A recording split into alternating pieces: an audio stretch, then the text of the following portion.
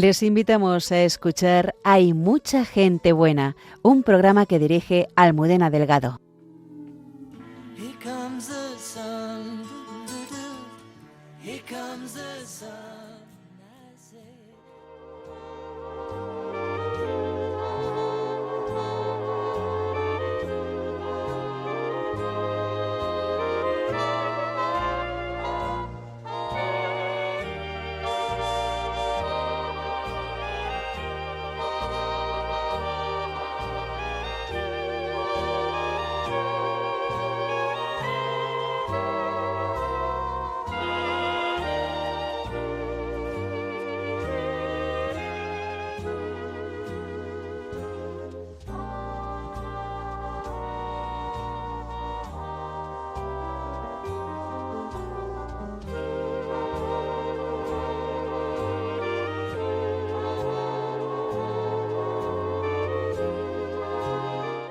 En los pobres, los heridos por la vida y los descartados, el padre José Manuel Horcajo encuentra cada día el rostro de Dios, y sus experiencias con ellos han transformado su modo de vivir y de orar.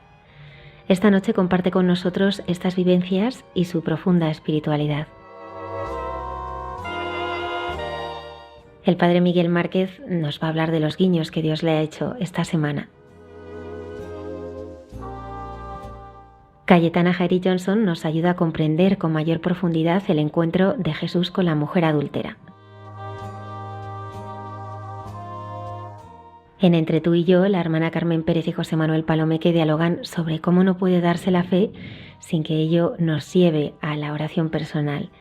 Buenas noches y bienvenidos a nuestro programa. Muchas gracias por acompañarnos.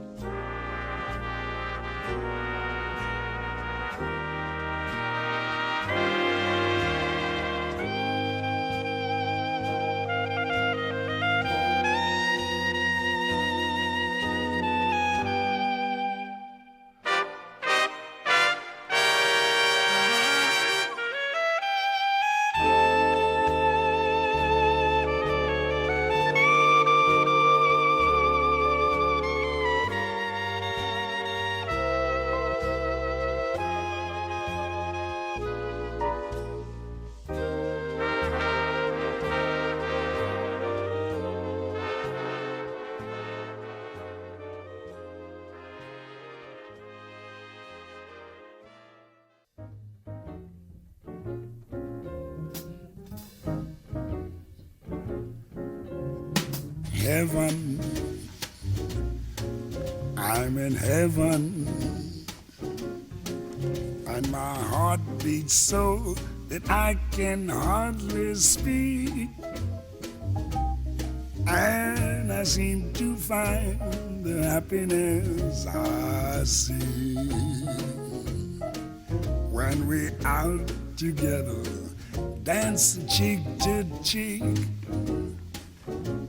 Yes, heaven, I'm in heaven, and the cares that hung around me through the week seems to vanish like a gambler's lucky streak. When we out together, dancing cheek to cheek. Oh, I'd love to climb to mountain, reach the highest peak, but it doesn't thrill me half as much as dancing cheek to cheek. Oh, I'd love to go out fishing in a river or a creek, but I don't enjoy it half as much as dancing cheek to cheek. Esta noche volvemos a tener con nosotros al padre José Manuel Horcajo Lucas. Es párroco de San Ramón Nonnato, en Madrid. Ya se acaba de publicar un libro, Oigo en mi corazón, pues que nos ha interesado y con el que hemos querido hablar porque, como hemos hecho con sus anteriores libros, siempre tiene interesantes cosas que contarnos y que transmitirnos. Buenas noches, José Manuel. Buenas noches a ti y a todos. Lo primero que me ha llamado la atención es la portada. Oigo en mi corazón como si fuese en un gran disco de vinilo. ¿Por qué? Sí, porque aunque el vinilo parece que está pasado, pero muchos jóvenes se identifican todavía con el vinilo, ¿no? Porque ha significado mucho para nuestra cultura.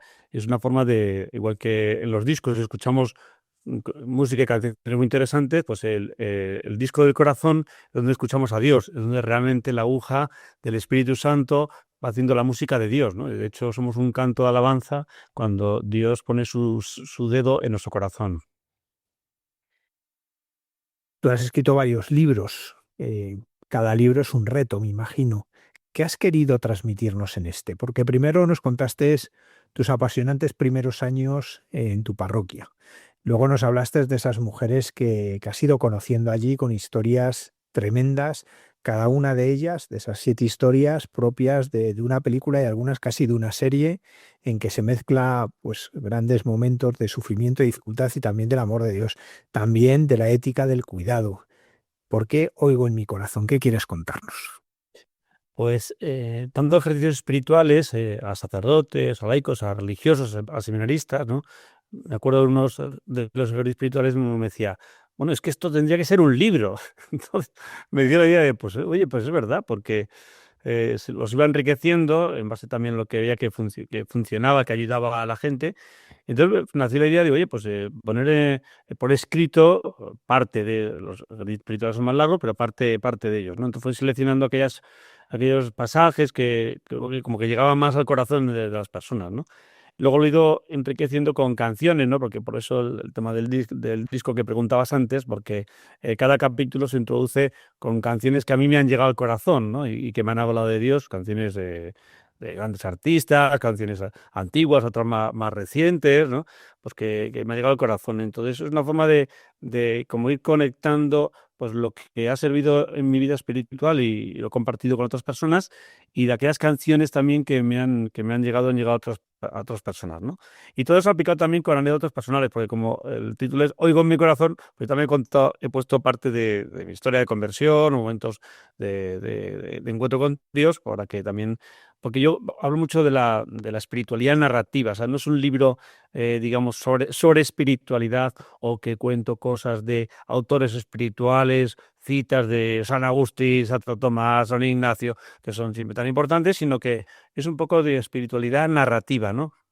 Como al hilo de mis experiencias, las experiencias de los cantantes, o las experiencias también de gente de mi parroquia o de santos también, pues como ir hilando ese tejido que Dios va haciendo en el corazón. Entonces, bueno, pues cada capítulo también se aporta, digamos, la reflexión sobre la exégesis de los pasajes más bíblicos más importantes, ¿no? Pero de un punto de vista yo creo que curioso, ¿no? Se trata como de entrar en cada pasaje, entrar en el corazón de María, en el corazón del cireneo, en el corazón del joven rico, ¿no? Es un poco, luego sí que te comento algunos pasajes donde he intentado como qué sentía cada uno de esos personajes, el mismo Jonás, ¿no? ¿Qué sentía Jonás cuando estaba dentro de la ballena, ¿no? Pues cómo se sentía, ¿no? Pues todo eso es lo que se intenta mostrar, como una espiritualidad narrativa.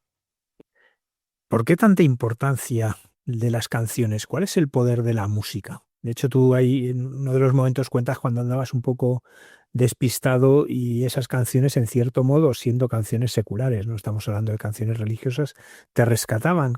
¿Cuál es ese poder que tiene la música? Pues, hombre, ahora todos lo vemos, ¿no? Ahora los grandes cantantes que encima se han convertido, pues nos llevan.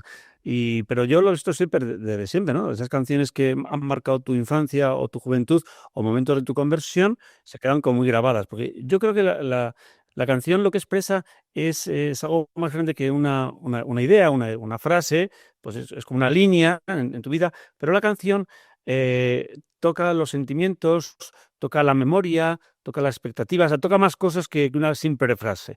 Por eso los salmos, por ejemplo, eran cantados, ¿no?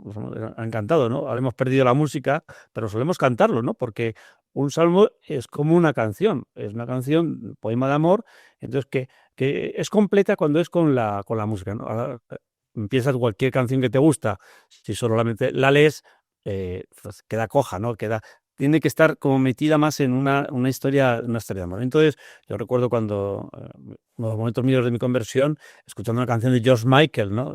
Que hablaba de que Dios tiene que tener paciencia con nosotros para la cantidad de guerras que hay, el hambre, ¿no? Y lo mal que lo hemos hecho, ¿no? Y debemos pedir a Dios que tenga paciencia con nosotros. Pues a mí eso me sacaba de estar acomodado en mi sofá con mis amigos, ¿no? De, oye, ¿qué hago yo por los demás, no? O sea, George Michael no es un sabrá que esa canción a mí me llegó al corazón y me hablaba de Dios directamente, ¿no? Que Dios pedía, y ahí me empecé a implicar en la parroquia. Fue un momento que yo dije, ¿qué hay esto de Cáritas? ¿Cómo puedo ayudar en la parroquia?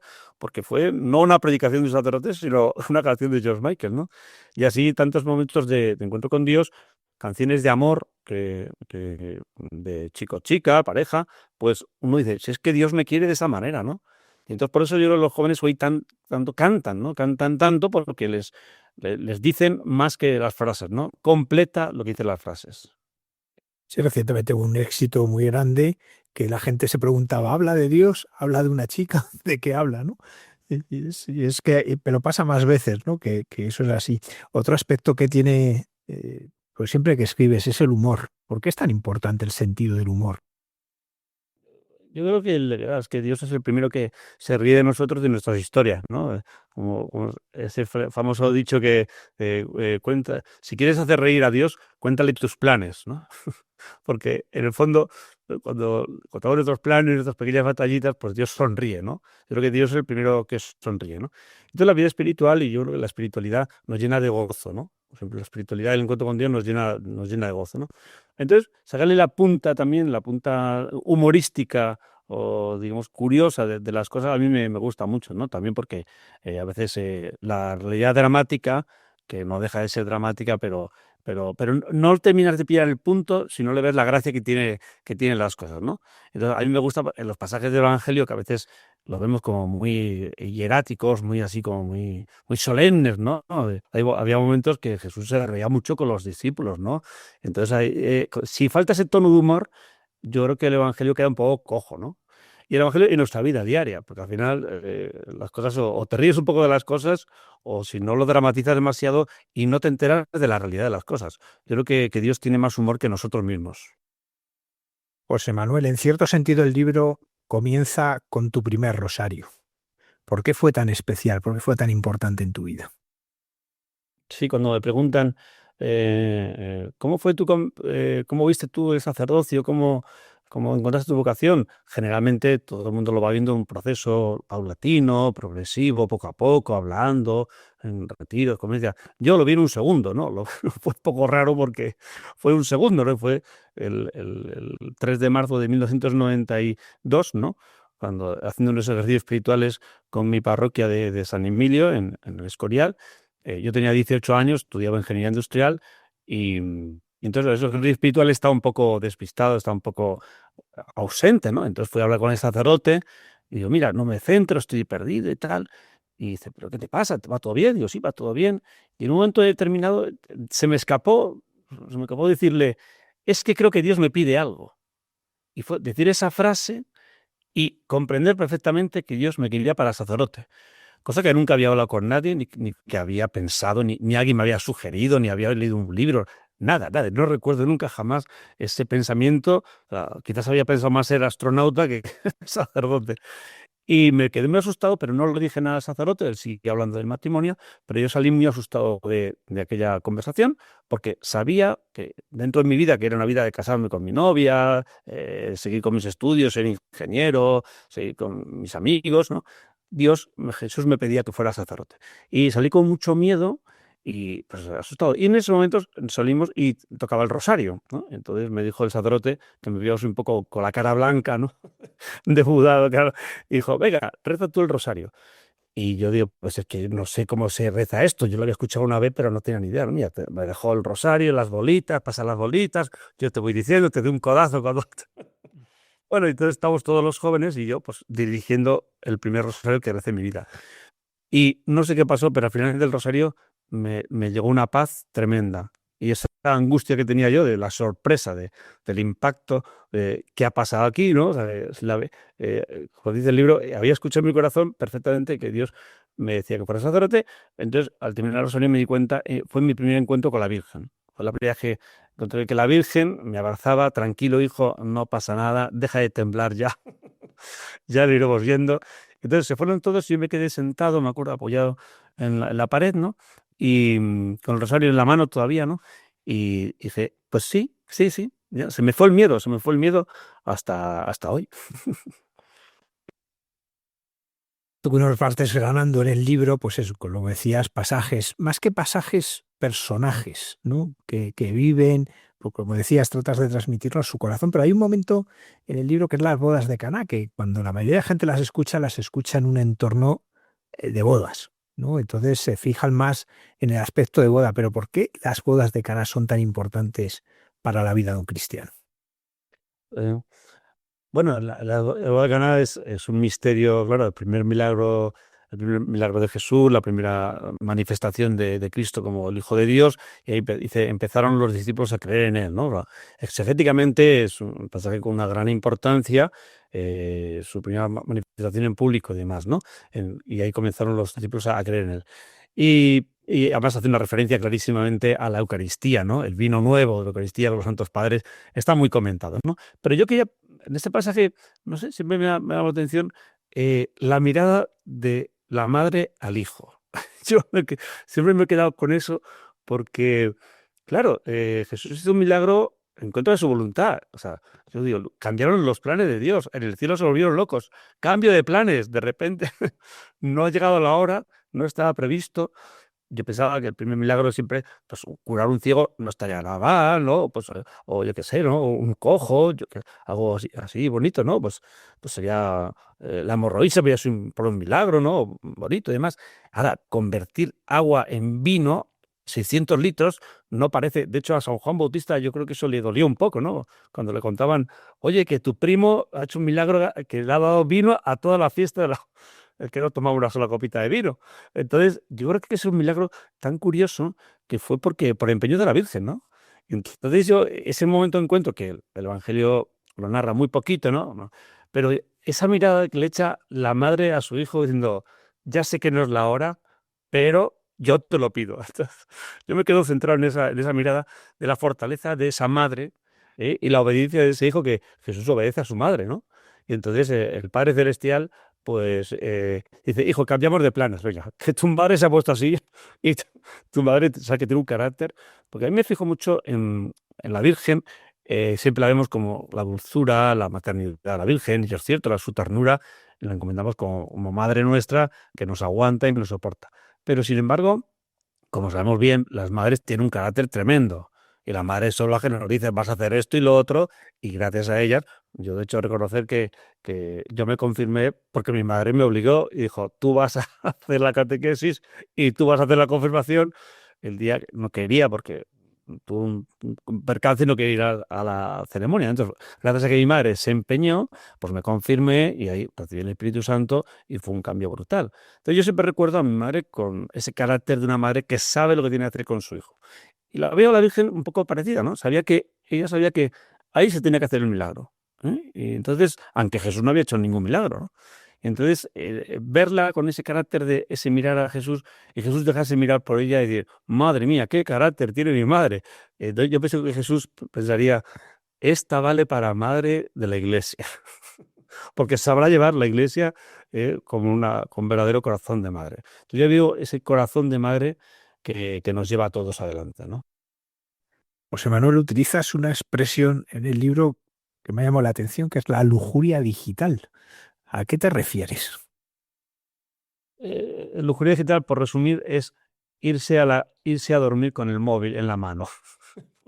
Cuando estamos tan pegados al móvil, lo manoseamos tanto, lo tenemos tan pegado cuando no podemos vivir sin el móvil, siempre mirando las notificaciones, a ver las noticias y demás, es ese que nos ha atrapado el móvil, ¿no? Ya es como una especie de idolatría, en el fondo, igual que la idolatría es eso, pues confiar en los ídolos y desconfiar en Dios y poner toda su confianza en los ídolos y depender de ellos, ¿no? Pues es una idolatría, en el fondo, de decir un apego desmedido, un apego de esclavitud, a lo digital, ¿no? Bueno, ahora tú y yo estamos hablando de lo digital, nos están escuchando los radioyentes, gracias a lo digital hacemos un montón de cosas muy buenas, pero sabemos siempre que son medios, ¿no? Y nosotros tenemos que utilizar esos medios, ¿no? Cuando los medios no se utilizan, cuando yo no utilizo mi móvil, sino que mi móvil me utiliza a mí, me tiene enredado, ¿no? Esas redes sociales que en lugar de son para pescar, nos tienen enredados, ¿no? Como una tela de araña, es cuando caemos en la lujuria digital, ¿no? Porque en el fondo pues, ese adorar lo digital móvil y una dependencia, ¿no? Una dependencia que al final sustituye la carne. O sea, qué bonito es el abrazo con un amigo, la caricia con un niño, el beso de los esposos, ¿no? Cuando todo eso corporal, es el hablarse, el escucharse, el olerse, ¿no? Pues compartir, incluso hasta ir juntos en el metro. Cuando todo eso es sustituido solo por el contacto digital, y mis amigos son likes, son digitales, entonces tenemos un problema, ¿no? Hoy en día yo creo que la gente con tanto desarrollo digital lo echan falta esa cercanía corporal, ¿no? Y entonces incluso hoy en día pues está también esos contactos incluso sexuales a través de internet, ¿no? O sea, ya hemos llegado a la locura de que es mucho más fácil, mucho más cómodo porque yo lo controlo.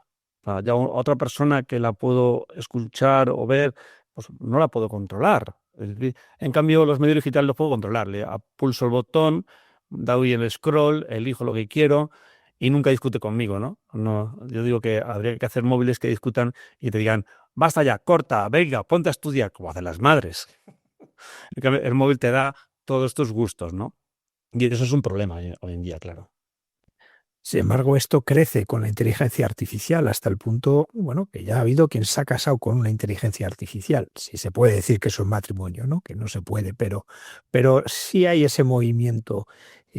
Sabemos, pues, de jóvenes que ya prácticamente han convertido una inteligencia artificial en sus amigos, en sus consejeros, incluso a quien la ha llevado al suicidio, ¿no? ¿Cómo podemos hacer nosotros más atractivo y que la gente se acerque a volver al encuentro personal?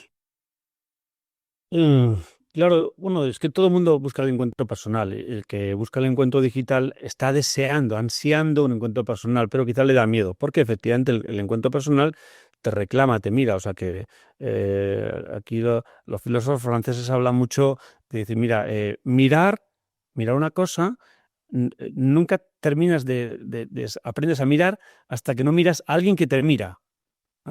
Puedes mirar muchas cosas, pero cuando miras a alguien que te mira, miras una mirada, ese es el momento de que sabes lo que es mirar, ¿no? Pero claro, alguien que te mira te está cuestionando, ¿no? Entonces, ver una pantalla no te cuestiona, pero ver una persona que te está mirando a los ojos, uno baja la mirada, ¿no? Se sonroja, ¿no? Porque quizá ahí va, me he metido en su mundo, él se ha metido en mí, ¿no? La pantalla siempre te deja un poco alejado, ¿no? O sea, la pantalla pone una distancia. En cambio, la persona te acerca, te incorpora. Entonces, claro, el que tiene miedo no quiere entrar en el contacto personal. Por eso cuando le invitas a un joven vente a la parroquia, vente a una oración, vente a un retiro, ¿no? Uy, yo no voy porque se implica, ¿no? Entonces, pero al que da el paso, pues entonces de repente ha encontrado algo, ¿no? Y se sumerge en una historia. Entonces, hoy en día hay que sumergir a la gente en historias corporales, ¿no? Grupos, parroquias, ¿no? Comunidades vivas, donde solo por llegar, ver, tocar, empieza a cambiar algo, ¿no? Su vida empieza a cambiar. Y es lo que le pasa a la gente que va a esos retiros de conversión y demás. ¿Por qué? Porque en el fondo se sumergen en un cuerpo que les toca. Ya no son pantallas, ¿no? Son personas que les hablan, les escuchan, se sienten cuestionados y todo su ser y su corazón empieza a temblar y empieza a convertirse. Por eso el emotivismo no sé si hablaremos de, pues no, ya saco el tema, ¿no? De la carta de los obispos que han sacado la Conferencia Episcopal hace poco, ¿no? No sé si lo vas a preguntar o lo saco ya. Y porque creo que es un documento muy importante que habla sobre el emotivismo y la espiritualidad, ¿no? Y efectivamente, pues señala una oportunidad, pero un peligro, ¿no? La oportunidad de que desde el corazón se comprende la salvación, del corazón se comprende la fe, ¿no? Pero se puede caer en el emotivismo, ¿no? Entonces, de hecho, el texto se basa así en el lema de John Henry Newman, Cor ad cor loquitur, que era el título que iba a poner el libro. El título lo iba a poner así, claro, en latín no se entiende, pero es que en español queda muy mal, porque es el corazón habla el corazón, digo, mucho corazón. Entonces, por eso le cambié el título. Y cuando vi el texto de los obispos me pareció, digo, fíjate, hablamos de lo mismo, ¿no? Y claro, lo que nuestros pastores señalan, esto es que la evangelización parte del corazón, pero sin que esté desvinculado de la razón y de la voluntad, ¿no? Entonces, ¿qué sucede? Eso se consigue con el cuerpo, ¿no? Cuando uno se incorpora en un cuerpo vivo, entonces tus sentimientos que se generan por ese contacto vivo, pues generan también unas acciones, ¿no? Y unos sacramentos y un cambio de mentalidad, ¿no? Entonces, ¿el emotivismo qué es? El emotivismo es ir a un retiro de impacto, ¿no? Pero tus sentimientos siguen desconectados de tu vida, de tu pensamiento, sigues con tus ideas antiguas, de tus acciones, no cambiarán tu vida, y de los sacramentos, no vas a los sacramentos y no te incorporas. Entonces, el emotivismo espiritual, este peligro de sentir algo, pero desconectarlo del resto. Claro, en el fondo, ¿qué falta? La incorporación. La incorporación. O sea, mi cuerpo se incorpora, entonces estoy contigo, vamos juntos a tal sitio, te voy a ayudar, dejo que la gente me cuestione. Entonces, hoy en día, en la evangelización es necesario que nos incorporemos, nuestro cuerpo en un cuerpo vivo que es la Iglesia. Y entonces ahí todo comienza a cambiar. No solo los sentimientos, quizás el primer momento, sino mi vida, mis acciones, mis cuestionamientos, hasta mi trabajo y mi forma de vivir la familia y hasta la ecología, el cuerpo de la humanidad también cambia, ¿no?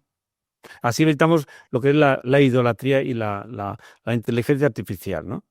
Eso ya nos llevaré a otro tema, pero yo creo que la inteligencia artificial ni es inteligencia, porque no parte del amor, esto ya no es inteligencia, son datos, big data, ¿no? Pero tampoco es artificial, porque en el fondo la inteligencia artificial, las redes sociales, mm, no solo son una herramienta, un artificio, como puede ser un móvil o un cuchillo o una bicicleta, que son una herramienta, sino se han convertido en un lugar donde vivir, un lugar donde estar, ¿no? La gente vive, habita en las redes sociales, pero eso es un no lugar, no es un verdadero lugar, porque no tiene cuerpo, no tiene cuerpo. La iglesia sí tiene un cuerpo, es un lugar donde vivir y donde estar y donde sufrir y donde gozar. Y de aquí surge una pregunta. ¿Tú conoces gente que se haya convertido por las redes sociales?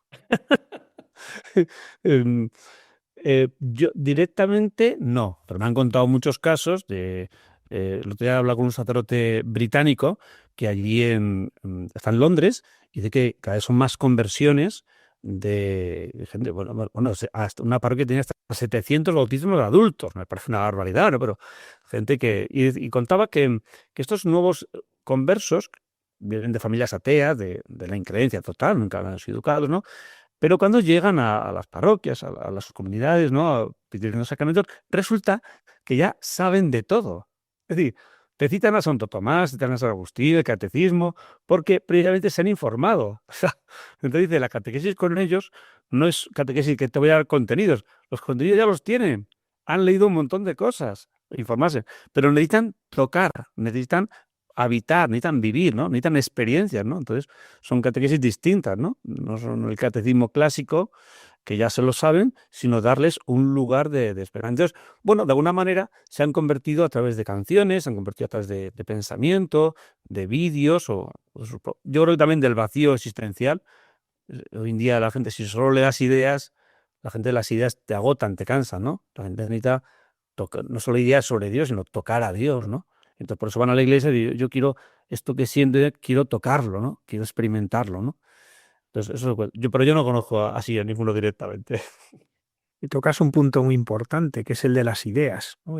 Hay un peligro de ideologización de la fe que se da en todo momento de la historia, pero ahora tal vez sea más acusado. Eh, ¿Qué nos ayuda a no caer en esa ideologización de la fe? Eh, yo creo que la experiencia, sí, la experiencia. Un día, de hecho, comienzo el libro citando Juan Pablo II, dice, la experiencia personal, la experiencia comunitaria es el lugar de interpretación de la fe y de la Biblia, ¿no? O sea, es el lugar de entonces, es la experiencia. Si no hay una experiencia de fe, pues al final solo hay ideas sobre la fe. O sea, hay gente que cuando ha ido a un retiro o un encuentro, una peregrinación, ¿no? Dice, me llama la atención que dicen ellos, dice, y antes tenía la fe en la cabeza, ¿no? Pero no había, dice, ahora me ha bajado el corazón, ¿no? Bueno, lo que quiere decir expresar esas personas es que no habían tenido una experiencia de fe, tenían costumbres, tradiciones, ideas, ¿no? Buenas todas, pero no han tenido una verdadera experiencia de Jesucristo, que Jesucristo te toca, Jesucristo te mira, Jesucristo te abraza, Jesucristo te lava los pies, ¿no? Te alimenta, y eso no lo habían experimentado ellos. Entonces, lo que hace falta hoy en día claro, luego la gente que tiene esa experiencia, todas sus ideas empiezan a cambiar de una forma automática, ¿no? Una forma automática, ¿no? O sea, yo como ejemplo concreto, yo recuerdo eh, cuando me convertí, en ese momento que he comentado antes, ¿no? Pues hablando con un seminarista, ¿no? Del seminario en Madrid, ¿no? Entonces empecé a hablar con un seminarista, ¿no? Claro, que ya conoce qué es lo del sacerdocio, ¿no? Entonces me acuerdo de la conversación, de 18 años, y salió el tema del aborto, ¿no? Entonces yo le decía, no, pero es que en algunos casos el aborto, bueno, algunos casos son muy extremos, entonces habrá que permitirlo, ¿no? Entonces me dijo simplemente, no, el aborto es un crimen siempre. Y yo, con esa simple frase dicha por una persona que yo admiraba, que yo quería y que para mí, o sea, una persona que era alguien, o sea, una persona concreta, se me cayeron todas las ideas. Dije, claro, es verdad. O sea, no hizo falta más argumentos, no me hizo leer la encíclica ni nada más, sino que me lo decía este hombre que me quería, hombre de fe, y yo, y claro, digo, esto es verdad, lo que esto dice es verdad. Es decir, las ideologías y las ideas se caen cuando hay una experiencia de amor, una experiencia de afecto, una experiencia donde notas que Dios está en esas personas porque cuando uno va con personas y que te llevan a Dios, dice, es que Dios se manifiesta en esas personas, encuentras a Dios en las personas, ¿no?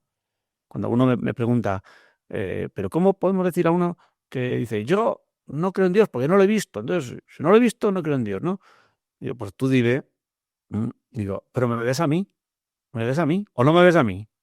Y no me ves que yo quiero mucho a Dios y que Dios me quiere y que yo doy la vida por Dios. No me estás viendo, no me estás escuchando. ¿No te basta este testimonio? ¿No? Comprendo que tú no le veas, pero me estás viendo a mí. Y yo sí le veo. Entonces, tienes un problema. Entonces, sigue ese rastro. Me estás viendo una persona creyente que te interpela. Eso sí que lo puedes ver. Claro, entonces ven conmigo, sigue conmigo y verás a más personas. Entonces, algún día verá a Dios, claro que sí. O sea, no tienen excusa de decir, no, como no veo a Dios, no. A Dios no le ves todavía, pero a mí sí me ves. Ven conmigo. Es por esa razón por la que nos hablas de tantas personas en tus libros concretas que has ido conociendo, el que podamos ver en ellas la acción de Dios. Sí, yo lo que voy narrando en base a lo que he visto de ellos, ¿no? Pues voy viendo cómo ellos me enseñan tanto del encuentro con Dios, ¿no? O sea, cuando, por ejemplo, una que narro, ¿no? Calista, ¿no? Que ese toque de Dios, ¿no? Cuando esa persona que estaba en la prostitución, recogía alimentos por la calle, ¿no? Entonces se plantó en el comedor social y le dieron, ese día en el despacho, le dieron comida para sus hijos y estaba feliz, ¿no? Dice, claro, me dieron la alegría, el rostro amable, los bienes, los alimentos, ¿no? Dice, pero sobre todo una mano que la abrazó, ¿no? Y le dijo, tú lo que necesitas es a Dios y te vamos a dar a Dios, ¿no? O sea, entonces cuando me explicaba, dice, y eso ya me convirtió totalmente, ¿no? No hace falta más argumentos, y ya fue como su gran conversión, ¿no? Una mano que le toca al hombro y dice, te vamos a dar a Dios, ¿no? Entonces, te das cuenta de, claro, de que es que Dios no entra por un discurso racional, que también puede ser que sí, ¿no? O por internet, no lo dudo que no, pero al final es esa mano que te toca, esa mano que te hace temblar y te hace vibrar, y en toda la humanidad es donde encuentras a Dios, ¿no? Entonces, a mí eso me lleva, digo, es verdad, ¿cuántas veces Yo me he podido convertir, gracias a ese abrazo de ese amigo, a esa palabra de escucha, de cariño de una persona, o esas lágrimas de una persona que llora ante ti, que digo, anda, pues que esas personas son las que me están mostrando el verdadero rostro de Dios, ¿no? Entonces, no dudo que también se le puede encontrar. Yo me gusta mucho la naturaleza, ¿no? Pues el cielo limpio, en la maravilla de la creación, en el mar impetuoso se puede encontrar a Dios, pero en esas personas que te manifiestan el amor de Dios, ahí yo creo que son para mí una enseñanza, ¿no? Por eso es una espiritualidad viva, experiencial. Lo que pasa que esto, siendo así, es a través de rostros a veces sucios, a veces enfadados, a veces aquellos que la sociedad ha descartado y que duermen debajo del puente al que está al lado de tu parroquia. Hay personajes aquí de todas las edades. A mí me llama mucho la atención Nirley, que hablas de ella. Pues no vamos a hablar de todos, evidentemente, que para eso está el libro, pero cuéntanos quién es Nirley y lo que ha supuesto para ti. Bueno, pues Disney es precioso precisamente porque ahora sus hijos están en catequesis, ¿no? Entonces es una chica que la conocí yo cuando la di la primera comunión hace mucho tiempo, y ahora estoy para dar la comunión a sus hijos, ¿no? Entonces, con su marido, pues es muy bonito, ¿no? Entonces, esta chica con 15 años, yo le había dado la comunión, la confirmación, y yo siempre les digo a las niñas, les digo, tú cuando te quedes embarazada, primero me lo cuentas a mí, que al principio no entiende nadie. ¿Cómo? ¿A qué se refiere? Digo, bueno, tú recuerda esto. Y efectivamente se le queda grabado. Entonces, ¿por qué? Como este caso que os cuento, ¿no? Porque a los 15 años, vine un día llorando, padre, quiero verle. Entonces, recibí, ¿qué te pasa? ¿Que te has suspendido las asignaturas? ¿Te regaña tu madre? Y dice, no, estoy embarazada. Yo ni sabía que tenía novio, claro.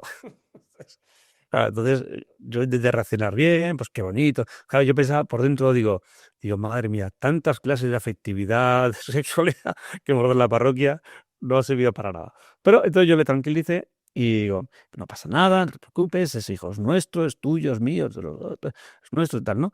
Y digo, pero vamos a decírselo a tu madre, esta noche voy yo y se lo dices delante de mí, ¿no? Su madre es muy católica, casi de misa diaria, ¿no?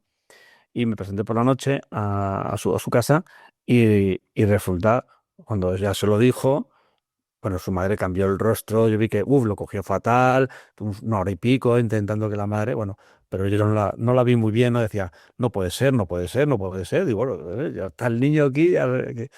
Bueno, cuando me marché, a las 2 horas, Nirles se había ido de casa porque habían sido discutiendo y la tuvimos acogida en los hogares de acogida, en fin, hasta que nació el niño y demás, ¿no? Su madre no, ni su madre, ni su padre, ni su novio, nadie, todo el mundo, amigas y demás, que todos que abortarse, ¿no? Y bueno, pues al final tuvo un niño, ¿no? Y entonces en uno de los testimonios que dio con los jóvenes, cuenta el testimonio de tu embarazo, y entonces ella dijo una cosa que me llegó muy dentro, ¿no? Porque dijo, cuando yo tenía 15 años y todo el mundo decía que abortase, que no, esto no podía ser, los estudios de mi futuro y demás, ¿no? Y nadie me apoyaba, miré a la Virgen, que tenía en mi habitación, y le decía, si tú con 15 años pudiste, yo también. Entonces digo, vaya exégesis del cariño del amor de la Virgen, que nunca lo había pensado, ¿no? Me gustó mucho cómo la gente sencilla, la gente pues, ve cosas que a veces, los que hemos estudiado teología y Biblia no las vemos, ¿no? Y yo la sencillez de, oye, pues, la Virgen fue valiente y fuerte en su nacimiento y parto tan complicado, pues ella me va a ayudar, efectivamente, pues tuvo a su hijo y demás, ¿no? Y pues ya están en catequesis tan ricamente, ¿no? También esa gente sencilla me da unas lecciones de vida, de Biblia y de teología de primerísimo nivel. Nos hablas del orden del amor en un mundo como el nuestro, en que cuando se habla de poder últimamente es para hablar de destrucción, de poder de destrucción. ¿Cómo ves tú y cómo has visto actuar el poder del amor? Ujú. La primera vez que vi a Dios, por así decir, sentí a Dios en mi confirmación, lo sentí muy fuertemente, el Espíritu Santo, pero al año siguiente fuimos con una convivencia de la parroquia a una casa de espiritualidad en Miraflores de la Sierra. Y nos dijeron, venga, media hora de oración, de silencio, cada uno. Y yo me senté en la bajada de una ladera, que muy bonito, está primavera, los árboles floridos, ¿no? Y yo miraba pues el paisaje simplemente, sin más pretensión, sin ningún texto delante, mirando el paisaje, y ahí en esa belleza, los pajaritos, no sé, el cielo, la naturaleza, ¿no? Vi claramente como que Dios me miraba, simplemente me miraba, ¿no? Eso fue antes de descubrir la vocación sacerdotal, ¿no? Pero y yo no te dije, y a mí eso me ha acompañado siempre, ¿no? O se lo dije a mi sacerdote, ¿no? Digo, oye, que noto como que Dios me mira con mucho cariño, ¿no? Como, sin decirme nada, pero con mucho cariño, ¿no? Luego Dios me dijo después para qué era eso, ¿no? Pero entonces yo siempre he visto en el orden de la creación, he visto como una señal del amor de Dios, ¿no? Es algo que es muy sencillo, creo, para todos nosotros, ¿no? Pues ver lo bonito que está todo ordenado, incluso el cuerpo humano, cómo está ordenado, y eso encuentras que es un orden de amor, ¿no? Es un orden de amor. Todo lo ha colocado Dios para llevarnos al amor. Entonces, y Dios nos va, en esa belleza del orden, nos va guiando hacia el amor de Dios. Entonces, claro, el orden que ponemos, por ejemplo, en la agenda, el orden que ponemos en el trabajo, el orden que ponemos en las actividades, el orden del descanso, ¿no? Cuando hoy en día creo que hay mucha gente muy cansada, muy agotada, es porque no sabe descansar bien, tiene un descanso desordenado, ¿no? Entonces, todo ese orden es belleza de Dios y es amor de Dios. Eh, de hecho, hace poco, que en el convivio que hemos tenido en Madrid, ¿no? Este encuentro de 1.200 sacerdotes, ¿no? Y que estábamos todos muy contentos, ¿no? Pues se repetía una idea que salió bastante, de tres ideas, ¿no? No sé si tú estarás de acuerdo, a ver qué te parece, pero se repetían, pero muchos dicen, sí, son tres ideas que se repetían bastante, que los sacerdotes tenemos la agenda muy llena. Dos, que los sacerdotes estamos muy cansados. Tres, que los sacerdotes estamos muy solos, ¿no? Y yo escuchaba esas tres ideas que salían con frecuencia y pensaba, mira, yo ni tengo la agenda tan llena, ni estoy cansado, ni me encuentro solo. Y porque yo creo que eso se produce cuando hay desorden. O sea, cuando hay un desorden, entonces el amor está desordenado, entonces queremos hacer muchas cosas, viene la ansiedad, cosas que no nos llenan, sino que nos vacían, y entonces una especie de agotamiento, y entonces es ese falta de orden de Dios, falta de orden de amor, y entonces falta de alegría también, una alegría y cierta soledad, ¿no? Entonces yo creo que recuperar, claro, cada uno tiene un orden distinto y cada uno tiene una forma que tendrá que aprender, ¿no? Pero incluso hasta la enfermedad se convierte también en una forma de orden hacia Dios, porque la enfermedad te da la paciencia, te da pues, la capacidad de sacrificio, te da el abandono en Dios, en fin, hasta que la enfermedad tiene su orden también, ¿no? O sea, no es como, qué bien, qué mal, me viene una enfermedad y me estropea mis planes, ¿no? Oye, pues es para Dios, eso tiene también su orden, ¿no? Todo eso es lo que se llama la providencia. Todo está ordenado por Dios según un orden de amor, ¿no? Entonces yo creo que eso nos ayuda pues digamos, a saber vivir bien y también luego saber morir bien a su momento.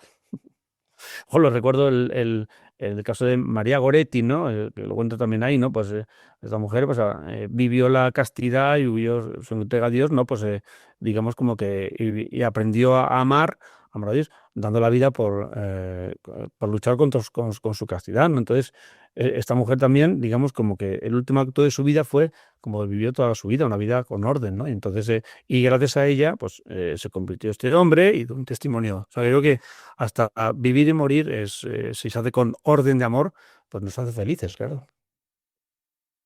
Dios sigue llamando, pero sin embargo parece que mucha gente no es capaz de escucharlo. No solamente por la escasez de jóvenes que dan el paso al sacerdocio a la vida consagrada, sino también lo vemos en los matrimonios, que está en niveles bajísimos los jóvenes que se casan. ¿Por qué esta dificultad para vivir la vida como vocación? Eh, claro, es que, mira, Hans Urs von Balthasar tiene una anécdota que contaba él cuando su vocación, ¿no? Que explica esto, ¿no? Que él decía que de joven, también contemplando la naturaleza, notó como Dios le eligió para ser sacerdote, luego un teólogo magnífico del siglo XX, ¿no? Dice, pero Dios no me pidió, me vas a servir a mí, ¿eh? Te llamo para que me sirvas, y dice, te llamo para que yo me sirva de ti, decía, ¿no? O sea, muy interesante un teólogo muy inteligente, ¿no? Es decir, quiero que te dejes servir, o sea, quiero que yo me sirva de ti, que seas instrumento mío, ¿no? Entonces, la vocación no es tanto qué voy a hacer yo por Dios, sino cómo Dios va a tomar mi vida y Dios va a hacer sus cosas con mi vida. Entonces, yo creo que cuando los jóvenes que tienen que plantearse la vocación, no es tanto una acción, a ver qué elijo, ¿no? Como el que va al supermercado o va al Amazon espiritual y eliges una cosa u otra, ¿no? Y tengo que elegir bien, ¿no?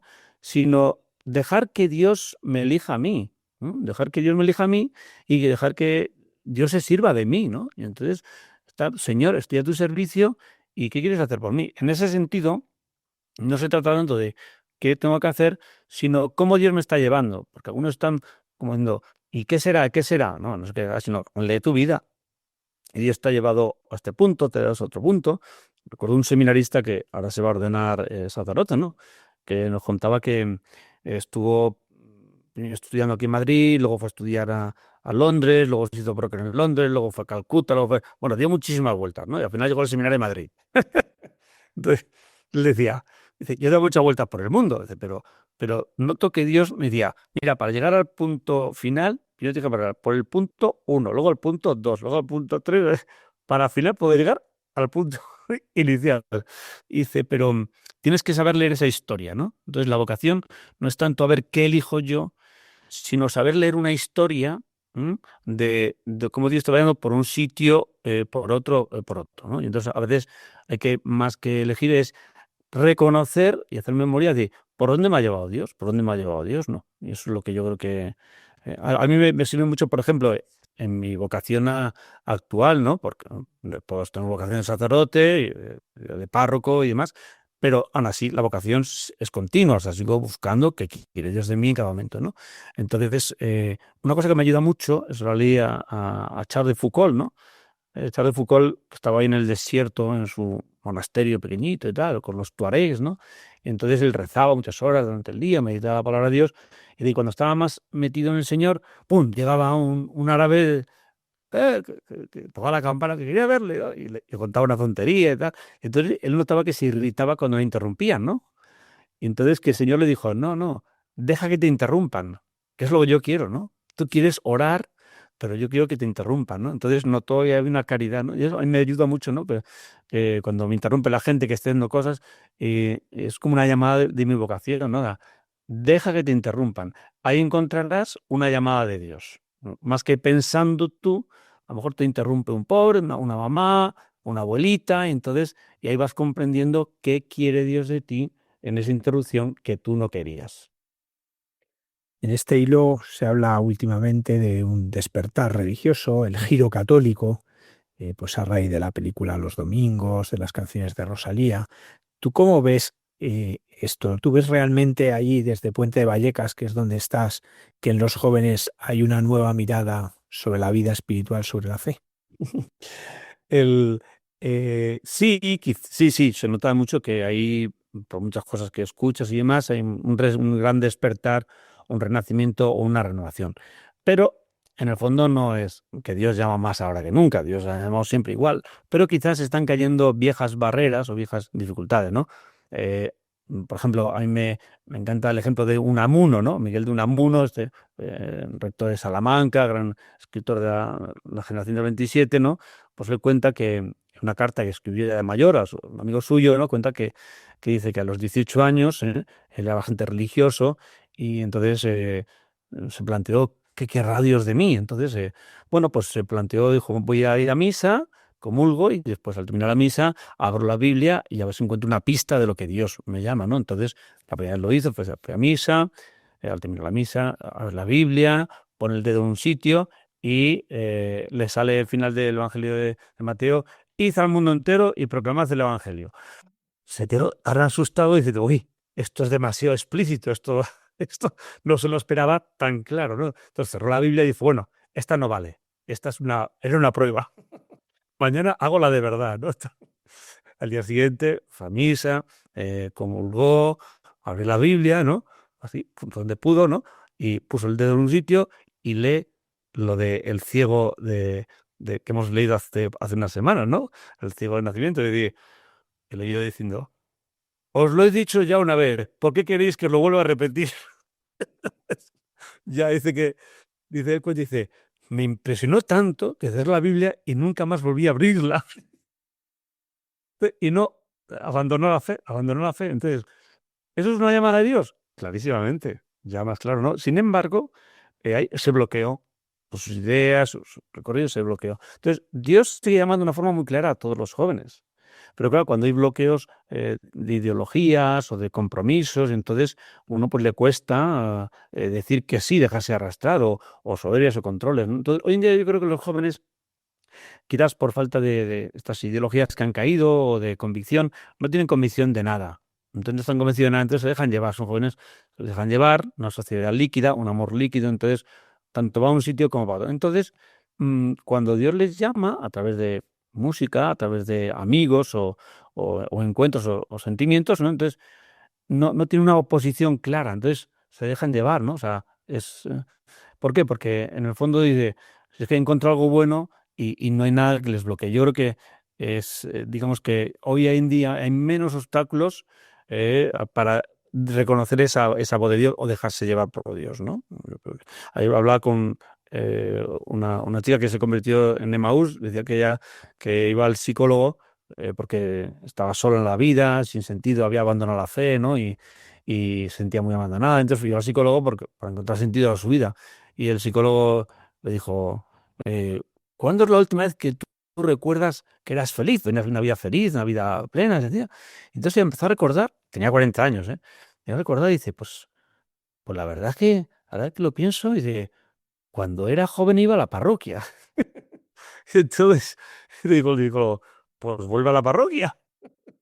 Entonces atacó la parroquia, dio un retiro de Maús, hizo el retiro de Maús, ¡pum! Y se convirtió y retomó su fe que había dejado, ¿no? Dice, claro, si es que había dejado la fe y me di cuenta que estaba flotando en el sinsentido de nada. Entonces, cuando le dieron algo bueno, algo cristiano, pues recuperó la fe. Otro aspecto del que también hablas son de las virtudes. Hoy es verdad que soy hablar mucho de valores, pero poco de virtudes. ¿Por qué es tan importante la virtud en nuestra vida? Claro, el amor solo no basta. El amor es el origen de todo, es el motor de todo, pero el amor genera unas estrategias del amor que son las virtudes, ¿no? Como si yo digo, yo amo mucho a mi madre, pero para que ese amor llegue a efecto, pues necesito la virtud de la puntualidad para ir a verla, la virtud de la amabilidad para no enfadarme con ella, y más la virtud de la sinceridad para no engañarla, la virtud de tantas virtudes para que mi amor sea efectivo, ¿no? Entonces, eso lo saben muy bien los matrimonios, ¿no? Que no basta con que se quieran mucho, sino que tienen que ejercer unas virtudes familiares muy necesarias, ¿no? Y con los hijos y con todo, ¿no? Entonces, el amor genera virtudes y las virtudes son las que llevan a efecto esa fecundidad del amor, ¿no? Y entre ellas, pues las virtudes más principales, las teologales, la esperanza y la caridad, ¿no? Que yo lo voy ilustrando ahí, porque son como los verdaderos motores del corazón, ¿no? Para escuchar a Dios hace falta fe, esperanza y caridad. Si no, hay distorsiones, escucho mensajes complicados, ¿no? Entonces, solo cuando hay fe, esperanza y caridad comprendo que Dios me está hablando y que Dios me dice como a Moisés o como a Jonás, o bueno, Jonás, por ejemplo, que no tenía virtudes, le costó escuchar a Dios. Se quería escapar porque le faltaban virtudes, ¿no? Moisés escuchó mejor, ¿no? Y Jeremías, todos los profetas, ¿no? Entonces, yo encuentro una de la esperanza, ¿no? Hay una anécdota que me gustó mucho del cardenal Robert Sara, este cardenal de Guinea-Conakry, ¿no? Y cuenta que cuando fue prefecto de la congregación de la Cor Unu, que es la de la caridad en el mundo, ¿no? Pues cuenta que le tocó ir al tsunami de Japón, un tsunami tremendo que murieron miles de personas, la mayoría japoneses, ¿no? Y entonces fue una tragedia tremenda, y entonces fue en nombre del Vaticano allí, viajó hasta Japón, a hacer una ofrenda económica, y luego pues hubo unos actos protocolarios, entregado unas flores, unas oraciones, en fin, ¿no? Y todo muy, muy sentido, muy bonito, ¿no? Y él regresó luego a Roma. Y en Roma recibió una carta de una joven japonesa que le decía, yo he perdido a toda mi familia en el tsunami, con mis padres, mis hermanos, muchos amigos, me he quedado sola en la vida, ¿no? Y tan sola estaba que decidí quitarme la vida. ¿Ya? ¿Para qué vivir, no? O sea, yo no tenía ninguna aliciente de la vida, ¿no? Entonces, se ve ahí en Japón también es bastante habitual, ¿ves? Hacer el harakiri a primera de cambio, ¿no? Entonces, y estaba ya dispuesta a tomar la decisión de suicidarme, hacerme el harakiri, ¿no? Y estaba viendo las noticias, ¿no? Y de repente ve las noticias un señor vestido raro, un señor negro, un obispo de Roma, vestido ahí, sotana, haciendo una oración, unas palabras, una ofrenda floral por las víctimas de los otros japoneses. Y yo me dije, decía la japonesa, dice, si a este señor venido de la otra punta del mundo, que encima es africano, le interesamos nosotros, ¿cómo no me va a interesar mi vida? Y entonces dice que dejó la idea de suicidarse y le dio ese agradecimiento, ¿no? Entonces él decía, el cardenal Robert Chara dice, la primera caridad es dar esperanza a la gente. Esta mujer había perdido la esperanza de vivir, ¿no? Entonces llevar esperanza es la primera caridad, más que dar cosas, y que son cosas, que está muy bien, pero cuando das esperanza a la gente, recuperar esperanza es un corazón sin esperanza es un corazón muerto, un corazón seco, un corazón de piedra, ¿no? De piedra. Esta mujer recuperó la esperanza, ¿no? Entonces yo creo que eso nos lleva a decir que la esperanza es el gran motor de una de las grandes virtudes, ¿no? O la esperanza de esa niña que sucedió aquí en Madrid, de una niña que estaba muy enferma, estaba a punto de una operación de un tumor cerebral, tenía 9 años, ¿no? Teresita, y entonces el vicario de zona fue a visitar el hospital, le tocaba visitar el hospital, visitó los médicos, los directores, y el capellán le dijo, vamos a ver esta niña que está muy enferma, fueron allá, ¿no? Entonces la niña estaba medio dormida, con la cabeza vendada, ¿no? ¿Sí? Porque estaba muy mal la cabeza, y entonces, pues, no, mira, ese es el vicario del obispo, y que viene en nombre del obispo, y viene a rezar contigo, ¿no? Muy contenta y tal, ¿no? Y yo rezo mucho a Jesús y tal. Y entonces su madre le dijo, dile a don Ángel lo que me decías a mí. Dice, ¿se lo digo, mamá? Dice, sí, sí. Y dice, don Ángel, que quiero ser misionera. El vicario se quedó muy impresionado, todas las enfermeras, todos ahí sacando vídeos y tal, todos muy emocionados. Entonces el vicario dijo, no te preocupes, hija, que hoy mismo te nombro misionera. Voy a por el nombramiento y hoy vas a ser misionera. Dice, sí, que yo quiero llevar a Jesús a todos los niños del mundo para que conozcan a Jesús, que Jesús es lo mejor que hay y tal, ¿no? Bueno, regresó al despacho, hizo el documento, cogió la cruz, lo firmó el cardenal, ¿no? Y por la tarde se presentó de nuevo al hospital, estaba ya más cansada la niña, ¿no? Y le leyó el documento del nombramiento como misionera oficial de la Iglesia Católica, por parte del cardenal, y la cruz de la misionera, ¿no? La niña besaba la cruz, muy emocionada, ¿no? Y decía la niña, mamá, deja la cruz aquí en mi almohada, que mañana iba a la intervención de la operación de la cabeza, ¿no? Para que entre en el quirófano conmigo. Ya soy misionera, decía, ¿no? Pues a las pocas semanas murió la niña, ¿no? Murió. Y entonces esta historia corrió por los WhatsApp, ¿no? Por las redes digitales, ¿no? Y a todos los misioneros de España, del mundo, ¿no? Y entonces decían los misioneros, dice, tenemos una nueva hermana misionera en el cielo, ¿no? En el cielo, ¿no? Pero muy bonito como esa niña que tenía poca esperanza de vida, pero tiene la gran esperanza de ser misionero, ¿no?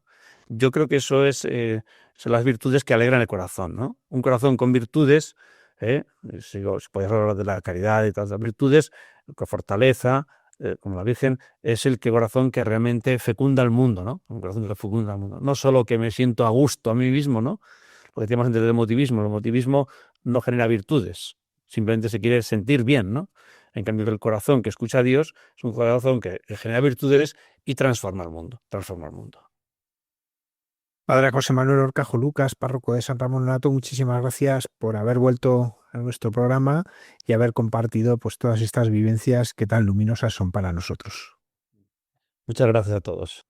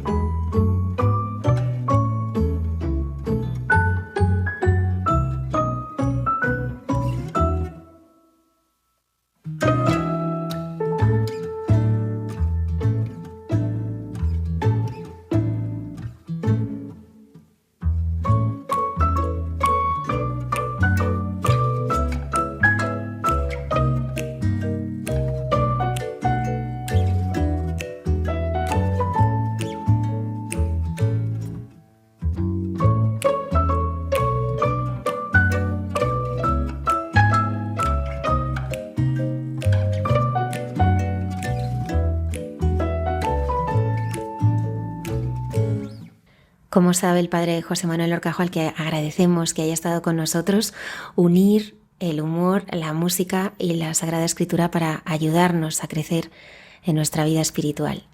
Y damos ahora la bienvenida al padre Miguel Márquez, que nos habla de los guiños que Dios le ha hecho esta semana.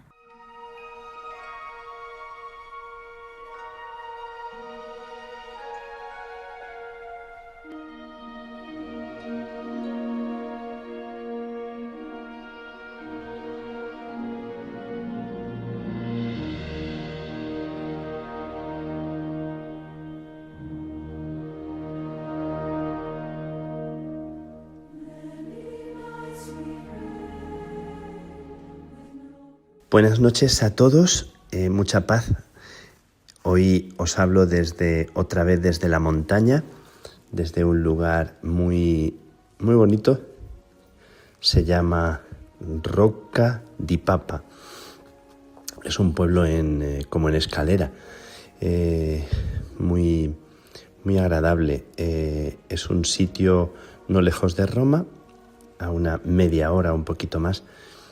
En este lugar tan de campaña, tan en los alrededores de jardines, estamos viviendo, como siempre una vez al año, nuestros ejercicios espirituales, días de retiro, días de reposo, de descanso. Una vez al año, 5 días, 6 días, nos retiramos y buscamos algún lugar.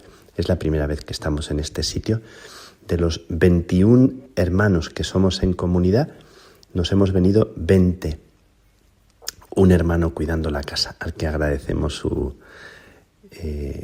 entrega y que para poder hacer esto siempre tiene que haber alguien que cuida de la casa, que se preocupa del lugar en el que habitualmente discurre nuestra vida, para poder salir, para poder estar estos días tranquilamente. Estamos en una casa de religiosas, como podéis imaginar, todo al punto, todo muy bien preparado, todo muy limpito y todo muy bien organizado. Así que estamos muy agradecidos de estos días, que son días muy especiales y que necesitamos tanto y que añoramos. Unos días al año donde cambiamos el ritmo. Este lugar es también conocido porque es el lugar donde reposa Chiara Lubi. Chiara Lubi es la fundadora de los Focolares, es un movimiento de la Iglesia ecuménico muy interesante. Si no conocéis, os invito a que conozcáis. Chiara Lubi es una mujer laica que realmente ha regalado a la Iglesia reflexiones y una familia preocupada por ese tema del ecumenismo, de la unión, de la comunión entre todos. ¿Para qué unos días de ejercicios? ¿Para qué sirven unos días de ejercicios que siempre en la tradición cristiana se han recomendado? Siempre se ha invitado a los cristianos, a los creyentes, a los hombres de Dios, hombres y mujeres de Dios, a buscarse unos días para reposar. ¿Para qué? Primero para descansar, primero para el reposo, primero porque nos hace falta muchas veces, más que resolver cuestiones grandes, a veces el problema que tenemos es de descanso. Muchos problemas vienen de la fatiga, vienen de estar interiormente muy cansados, y el cansancio trae consigo también otros problemas. Esto me lo digo yo, que necesito también creérmelo y ejercitarlo, pero estos días son días para dormir incluso más, para hacer siesta un poquito más larga o dormir por la noche y descansar. Y el descanso es una de las cosas que en determinados momentos, cómo se reposa el alma, cómo descansa la mente, cómo hay cosas que se disuelven, cómo hay muchas cosas que miradas en la distancia y con el descanso necesario se relativizan, se miran de otra manera, y necesitamos descanso interior. Unos ejercicios son para cambiar el ritmo que no siempre nos es fácil cambiar, porque vivimos a un ritmo acelerado, a un ritmo a veces demasiado presuroso. Estamos acostumbrados a ritmos que incluso a veces ni nos damos cuenta. Son dinámicas en las que nos hacemos incluso dependientes de esa misma dinámica, de ese mismo ritmo, y no somos capaces de cambiar. No nos damos cuenta, no somos conscientes de que a veces necesitamos tomarnos tiempo de pausa y desacelerar, cambiar la velocidad de nuestros pasos. Incluso a veces físicamente, cuando das un paseo y vas acelerado. A veces, se pasea rápido porque incluso dicen que es bueno a veces caminar rápido para el cuerpo como ejercicio físico, pero me refiero a caminar despacio, a tomarse el tiempo necesario para meditar, para calmar esa prisa. Y nos viene muy bien. También hay en Oriente se hace el paseo meditativo, el Qinin, que es caminar muy muy despacio, sintiendo cada paso que se da. Y estos días también lo he hecho, caminar despacio. Yo normalmente cuando camino, a veces lo que voy haciendo es escuchando alguna cosa con los audífonos, escuchar algún texto, algún autor. Me gusta mucho caminar y escuchar a la vez. Pero también estos días he hecho caminar sin necesidad ni siquiera de rezar explícitamente una oración, sino caminar como quien observa, como quien deja que el aire le dé en el rostro, como quien se deja sorprender por lo que cada cosa del camino te regala.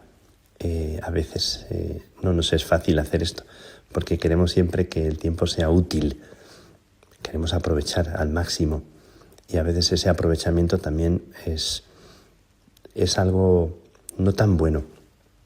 Entonces, como dice una famosa psicóloga, que tomarse tiempo también para aburrirse, para no hacer nada. Algunos tiempos en los que uno se sienta debajo de un árbol, a mí me ha gustado hacerlo de vez en cuando. Debajo de un árbol a respirar, a coger la vida, a darte cuenta del momento en el que estás, a valorar que este momento es único, es irrepetible. Y esto es como necesario en determinados momentos y te trae una conciencia interior diferente y te hace presente al Dios que late en tu corazón también, porque le prestas atención. Silencio. Unos ejercicios son para hacer silencio. A veces nos da miedo el silencio. Nos da miedo no tener una respuesta, una palabra. Nos da miedo no tener algo a lo que agarrarnos. El silencio a veces nos da un poco de respeto.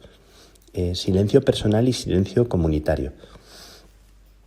El silencio personal, que es tan importante a veces, estar como en un lugar, en un ambiente donde no estás fabricando palabras. A veces es bueno meditar, es bueno reflexionar, pero a veces también es bueno hacer silencio, escucharte, respirar en la presencia de Dios, tal como lo llevas en el corazón.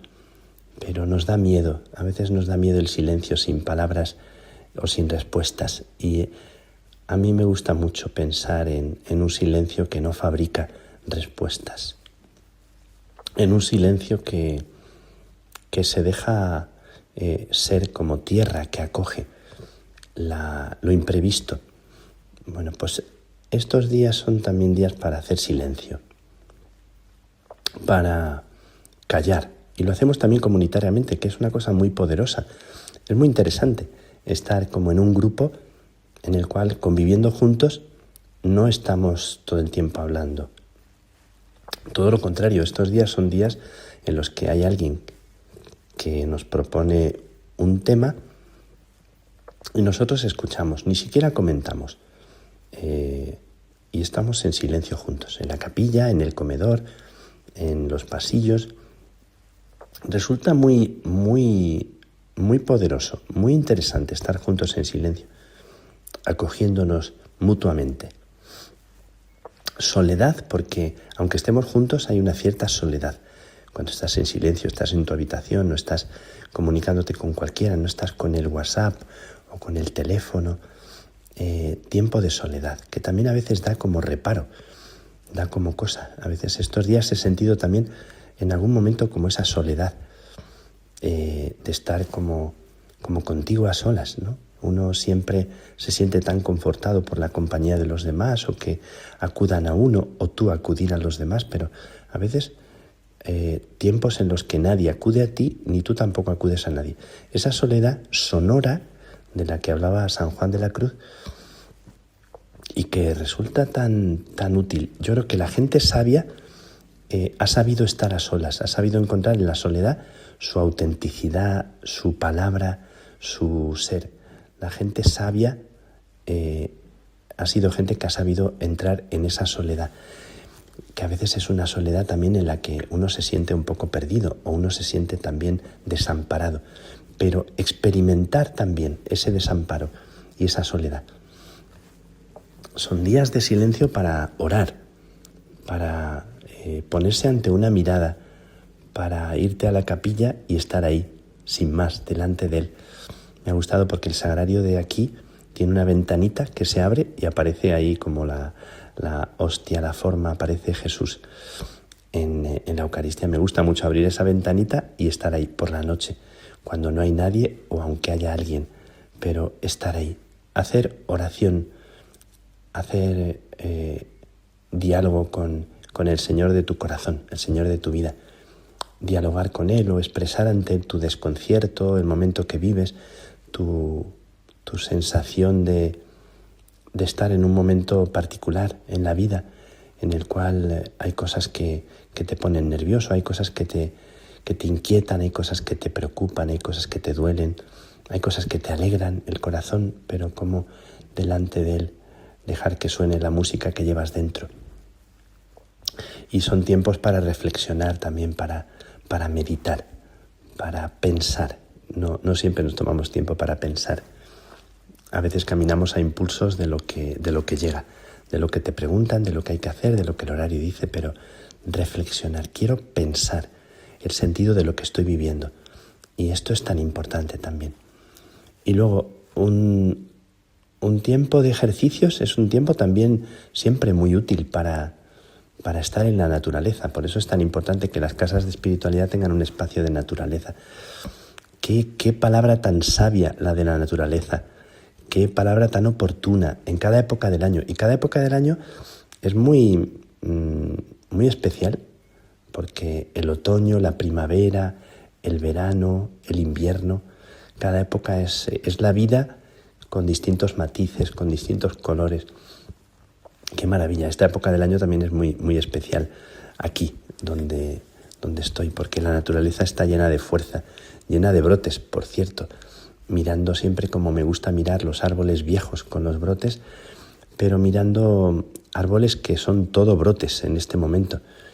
Pero también al lado de los árboles con brotes hay otros árboles viejos que han sido podados. En este lugar en el que estoy hay muchos árboles podados, y parece que todo el árbol entero es podado. Pareciera que lo han matado al árbol, y sin embargo es vida. Sabemos que luego se multiplica, aunque de momento lo que vemos es como el efecto de la sierra que siguen podando. Aquí alrededor se oye el sonido de las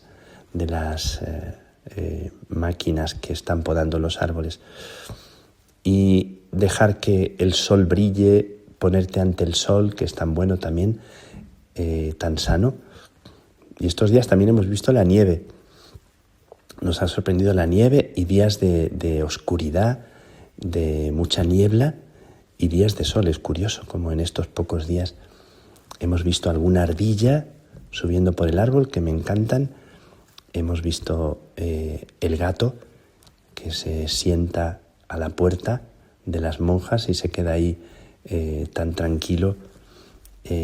Y la naturaleza siempre es maestra, es sabia, y nos comunica algo que nos hace mucha falta. Qué importante es dejar que la naturaleza nos diga una palabra. En la naturaleza Dios nos habla. Recuerdo siempre que en Salamanca, cuando me cogía la bicicleta y me iba a sitios cercanos. Alguna vez iba a aquel lugar donde Fray Luis de León se retiraba a la Flecha o a tantos otros lugares, pero allí donde él escribió aquello tan bonito, ¿no? Él que era un hombre de universidad, un hombre de letras, un hombre que también estuvo en la cárcel 5 años y donde escribió aquello de qué descansada vida la del que huye del mundanal ruido y sigue la escondida senda por donde han ido los pocos sabios que en el mundo han sido. Me gusta mucho cómo los sabios, los grandes hombres y mujeres sabios, han sabido también descansar y han sabido buscar tiempo. A veces los han buscado y otras veces las circunstancias de la vida te llevan a parar, aunque tú no quieras, y eso también es una gracia. Aprovechar esos momentos en los que la vida te para, por lo que sea, por una operación, por una enfermedad, porque tienes que cuidar de alguien y tienes que decelerar el ritmo y acompañar y dar la mano a una persona que camina a otro paso. Qué sabio y qué bueno, cómo nos enseña y nos educa también. Así que pedimos a los sabios que nos enseñen y estos días de ejercicio son para acoger esta sabiduría, silencio, soledad y preguntarnos ¿quién soy? Bueno, no es una pregunta fundamentalmente filosófica, es reconocerme, reinventarme, es permitirme renacer, es la valentía de estrenarme. Esto que se dice tan bonito, tan fácil, pero que también nos da miedo, cómo escucharnos por dentro y escuchar una palabra inédita de nosotros mismos. Esto que la gente verdaderamente sabia o humilde es capaz de hacer, de dejarse cuestionar, de aceptar que tú no te ves bien a ti mismo, de interrogarte, de pensar que tal vez tal como tú ves las cosas no son tan así como tú las ves. Esto que me parece que en este tiempo en el que estamos es cada vez más importante. Yo lo pienso de mí, que tantas personas amigas, tantas personas cercanas a veces me dicen deberías pensar esto, deberías reflexionar, deberías cambiar esta dinámica y acoger lo que te dicen los demás que están cerca. A veces no nos permitimos, no nos damos tiempo para escucharnos. A veces las personas que están más cerca de nosotros incluso tendrían una palabra que decirnos si no se atreven, o nosotros no nos atrevemos a decir. También pienso a veces que muchas personas que viven juntas o duermen en la misma cama y no siempre estrenan palabras que son importantes y que no siempre se atreven a decirse, tal vez porque al lado hay alguien que no está en la misma dinámica, en la misma onda, o que no es capaz de escuchar en la sintonía en la que tú estás queriendo comunicarte. Pero qué bueno que uno mismo se abra a esta posibilidad, a que nos digamos una palabra al corazón. Bueno, pues días de silencio, días de ejercicios, días tan bonitos aquí en Roca di Papa. Desde aquí os envío el sabor y el aire de la serenidad de estos días donde ha habido de todo: silencio, descanso, reflexión, intuiciones. Ha habido sol, ha habido nieve y un descanso por dentro. Que podáis vosotros también, o quien me escucha, tener estos momentos de pausa, estos momentos en los que uno en silencio se pone delante de Dios o se pone delante de su propia verdad y se toma tiempo para respirar, para dejarte mirar por Él, para dejarte abrazar. Presento vuestra vida y le pido que os bendiga. Desde aquí, desde esta tierra llena de brotes, desde este momento único, le pido al Señor que os bendiga. Que la bendición de Dios Todopoderoso, Padre, Hijo y Espíritu Santo, descienda sobre ti, descienda sobre vosotros y os acompañe siempre, siempre.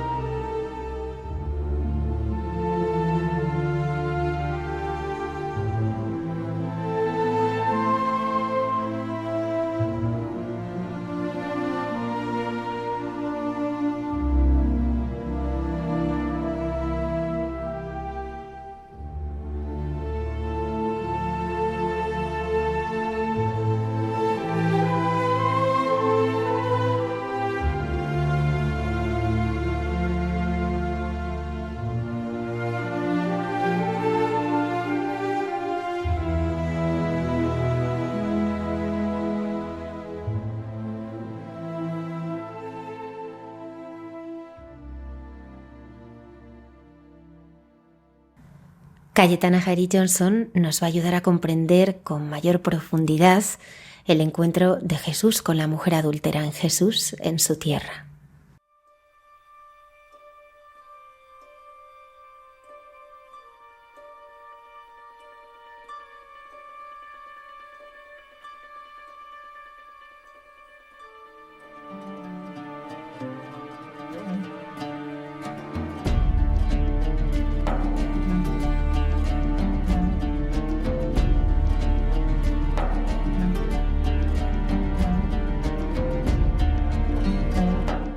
Buenas noches de paz y bien, queridos amigos de esta sección llamada Jesús en su tierra de Radio María.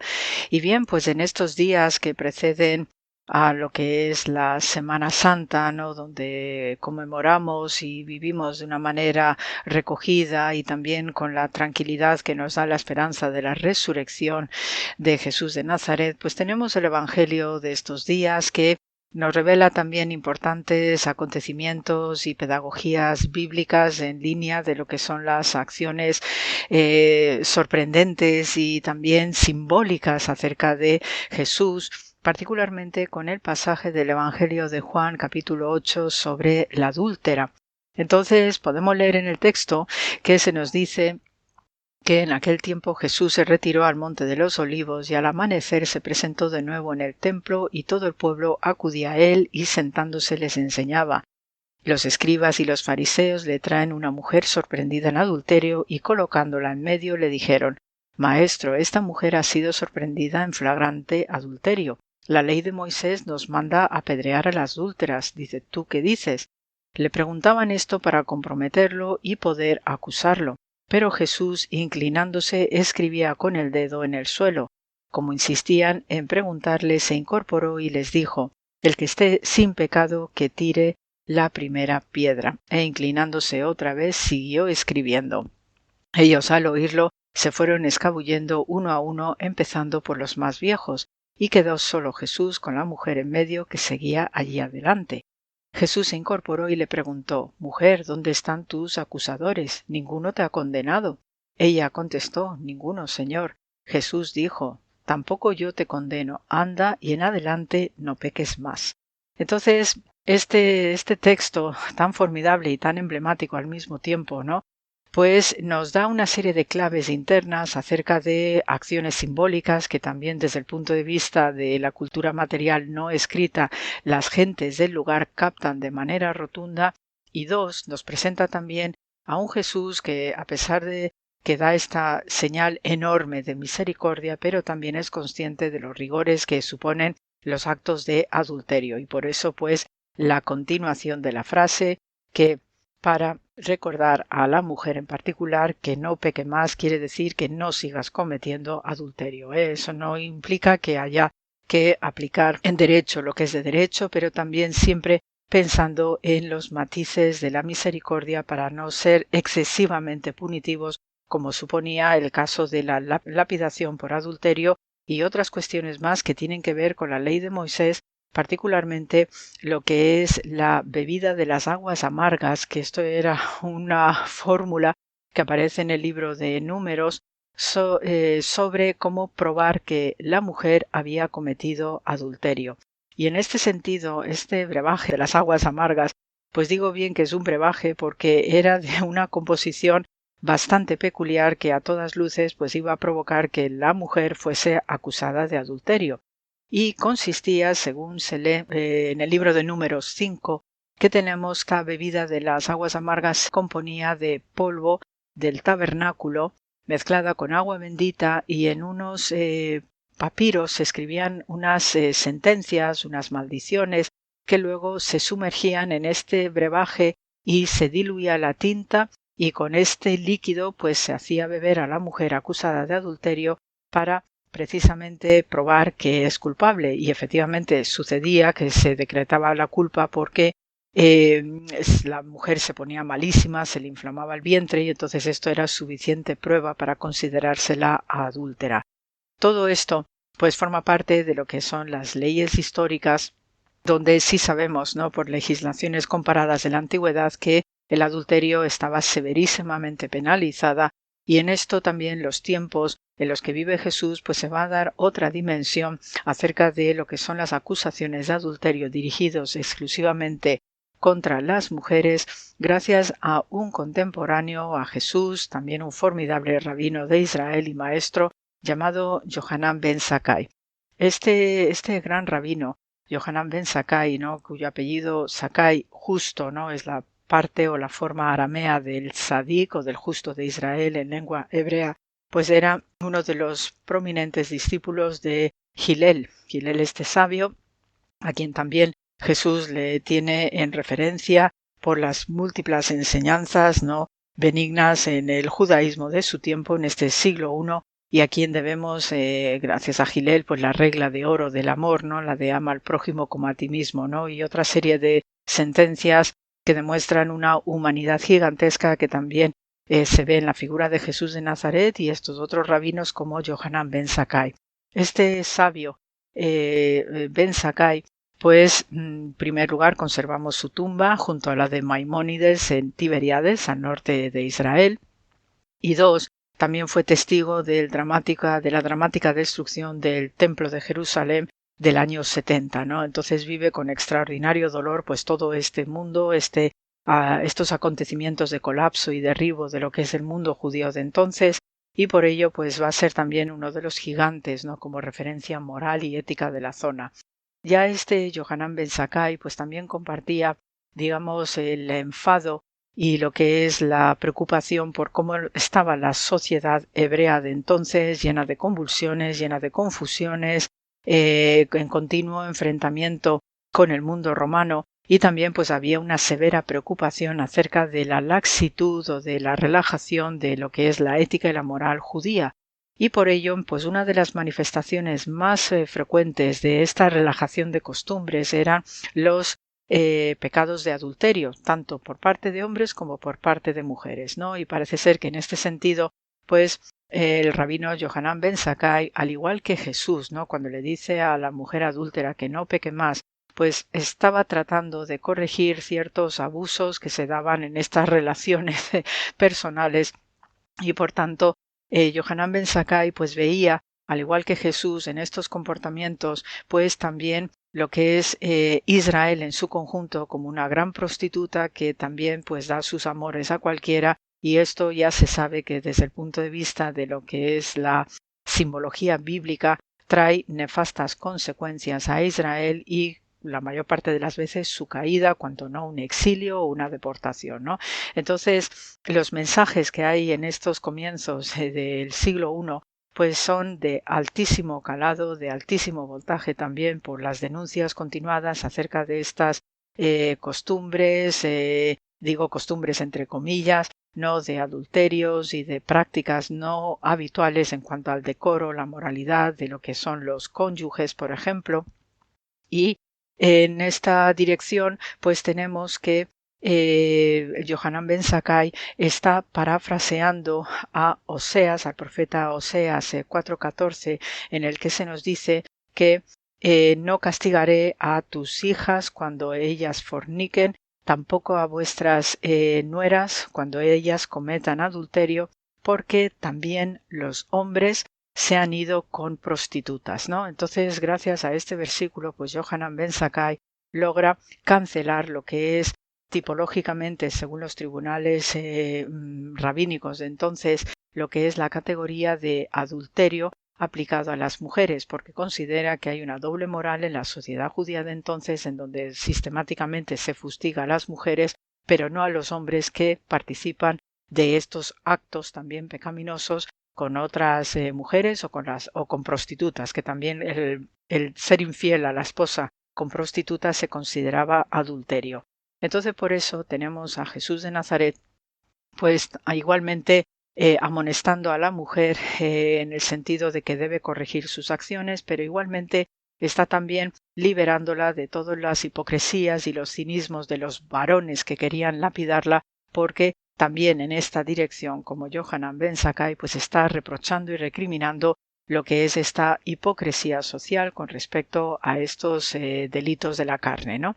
Luego tenemos también como acto significativo esa famosa inscripción o esa, digamos, gesto misterioso que hace Jesús, que aparentemente nos da ese toque, ¿no?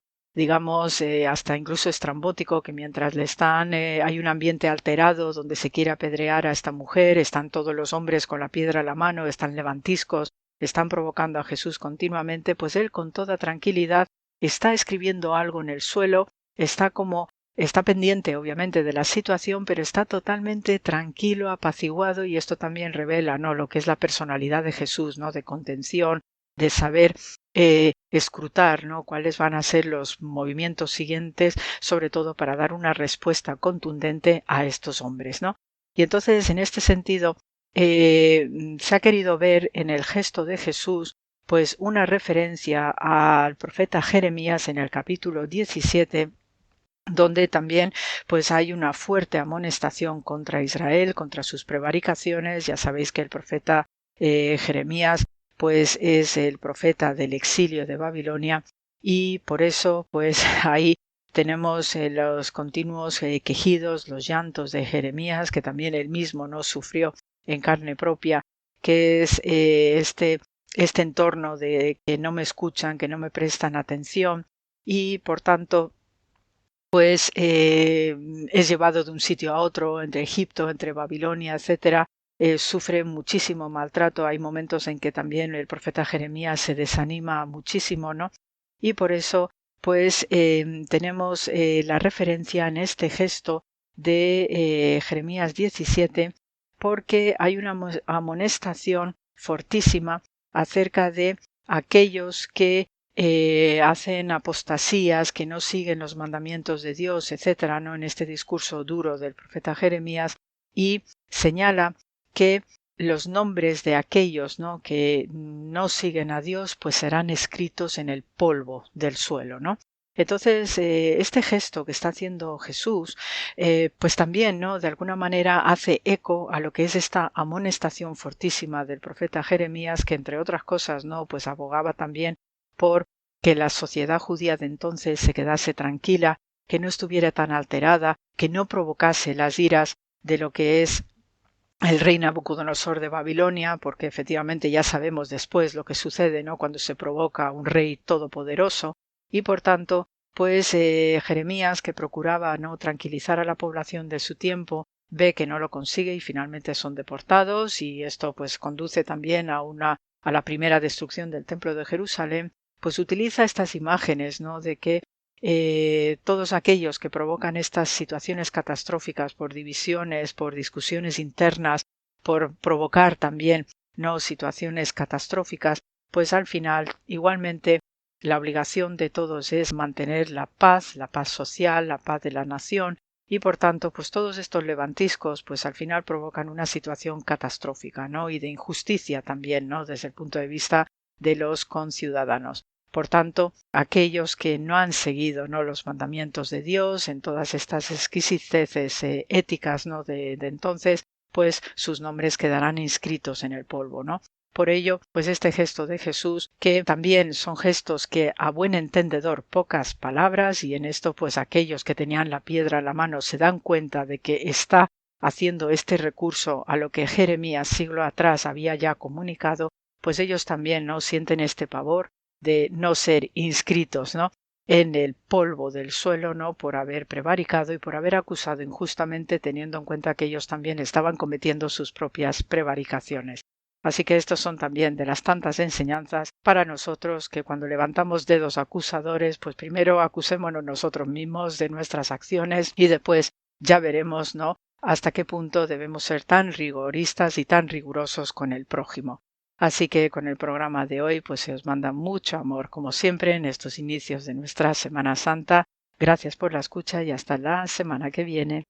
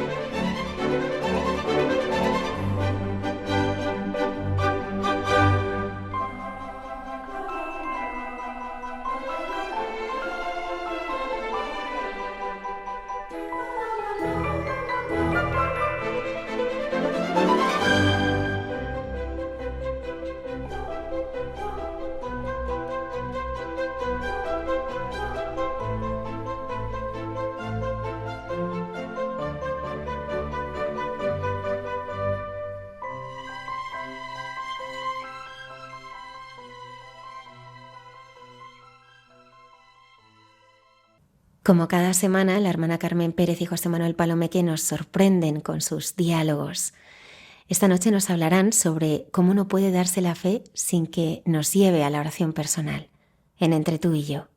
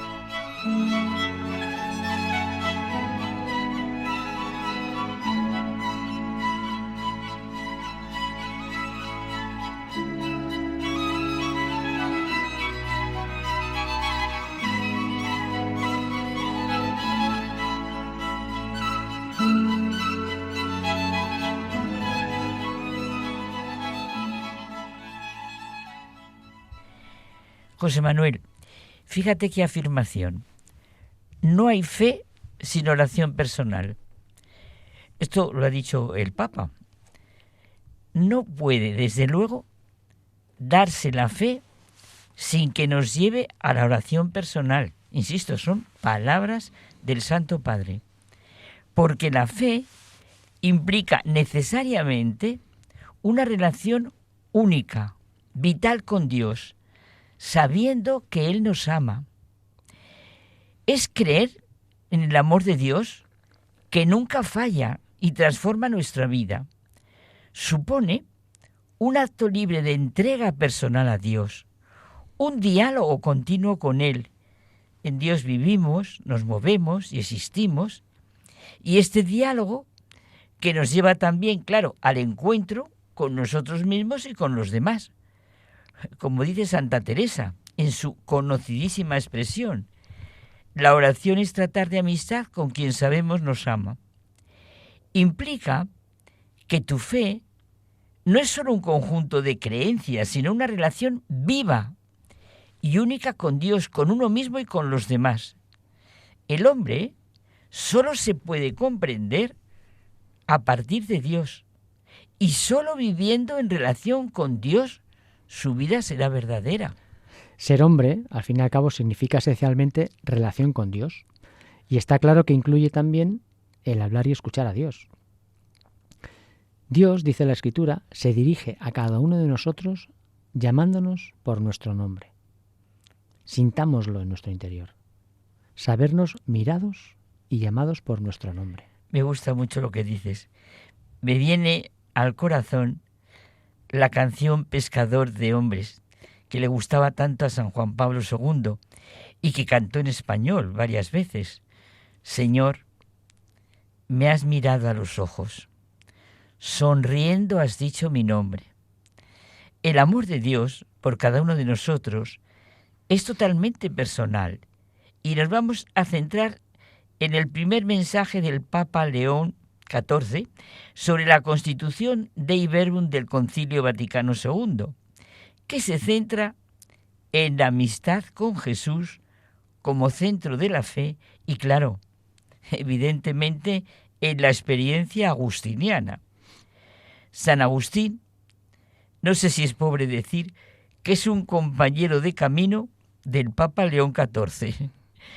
Sí, es agustino, pero a mí me admira cómo encarna la espiritualidad agustiniana de interioridad, comunidad, un solo corazón y alma hacia Dios, un cristianismo como encuentro personal con Cristo. Dios nos habla como amigos a través de la encarnación de su Hijo en Jesucristo, que nos dijo, no os llamo siervos, sino amigos, y nos revela todo lo que oyó de su Padre, creando una relación de intimidad, confianza, amor mutuo. Evidentemente, la oración es el corazón para esa relación de amistad. Sí, porque nuestra fe auténtica se basa en el diálogo de amistad con Dios, escuchando su palabra y respondiendo con nuestra oración. Como dice San Agustín, nos hace semejantes a Él en su Hijo por medio de la gracia, que es la única que puede lograr algo así. Sí, claro. No hay fe sin oración personal, no puede haberla. La oración es consecuencia de la fe y la fe implica más oración.